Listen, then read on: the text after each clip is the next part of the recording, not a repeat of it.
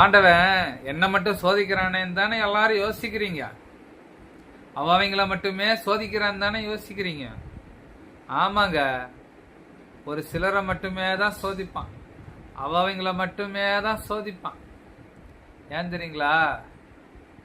நல்ல என்டர்டெயின்மெண்ட்டாக இருக்குதுன்னு ஆண்டவன் அவங்களையே சோதிக்கிறான். ஆண்டவனை பார்க்கணும், அவனுக்கும் ஊத்தணும், அப்ப நான் கேள்வி கேட்கணும் என் சர்வேசா. இப்ப தெரியுதுங்களா ஏன் இந்த பாட்டெல்லாம் வந்துச்சுன்னு? சும்மா என்னையே திட்டுறீங்க.